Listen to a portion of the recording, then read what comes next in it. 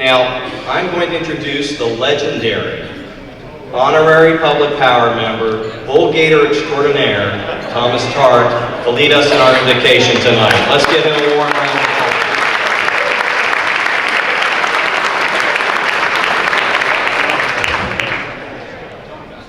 Today I was inspired by the words of Chris Winkie.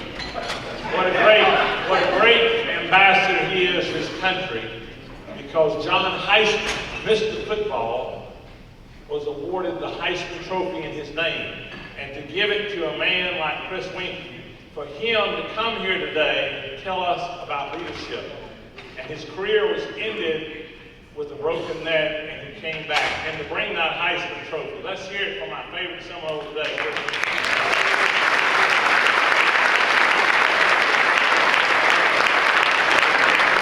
When I was a small boy, my family from Jacksonville took me to New York, and I saw the Statue of Liberty. And I asked my mother, "Mother, why is that pretty lady holding the torch?" She said, "Son, that is a torch to the world to tell people from all over the world they're here and welcome in our country." And today, when I heard about Venezuela, I cried, because he came here as a Cuban refugee, as a small boy, his father being a doctor in Cuba, and they lost it all. And with one suitcase, he came here from Cuba, like my friend Ralph and Mel Martinez, and look what he's done. Thank God for America. Let's hear it for him.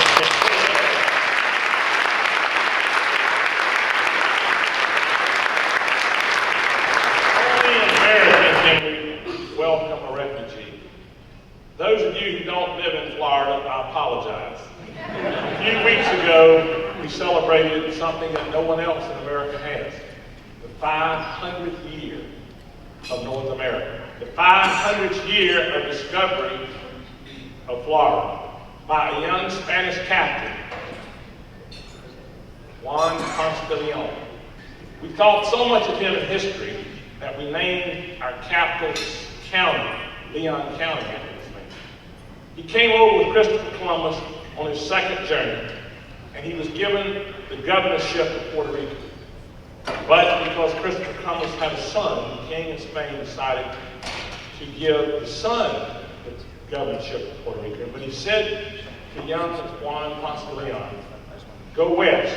There are islands in this land to be discovered, and you will be the governor of that area." So with 3 ships, he set out for Puerto Rico.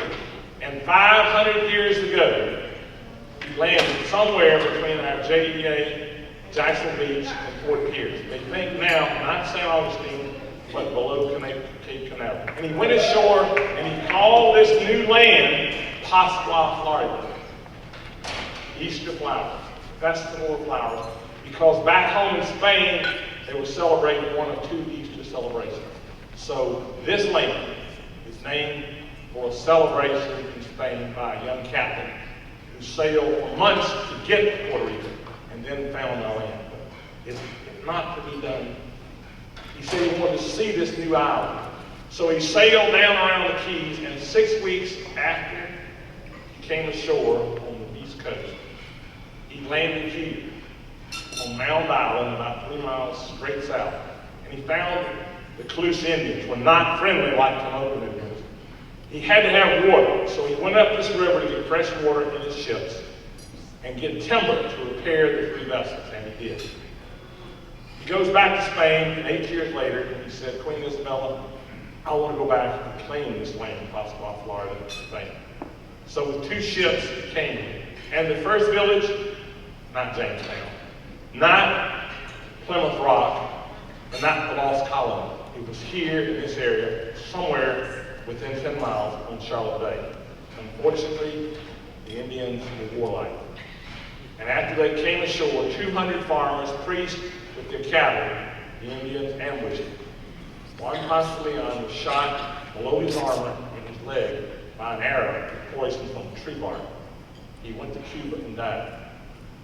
1521. So today, we celebrate the great history of Florida. We celebrate the first settlement in the New World, and we celebrate what that statue stands for, the freedom of being American. With that, I want to read to you the words of a soldier after the bloodiest battle in American history, Gettysburg, which we celebrated 150th anniversary. Pray with me as you hear the words of that officer. I asked for strength, and God gave me difficulties to make me strong. I asked for wisdom, and God gave me problems to solve. I asked for prosperity, and God gave me brain and brawn to work. I asked for courage, and God gave me dangers to overcome. I asked for love, and God gave me troubled people to help. I asked for favors, and God gave me opportunities. I received nothing, and I wanted nothing. I received everything I needed. My prayers have been answered. Amen. May God add his blessing to his words. Thank you.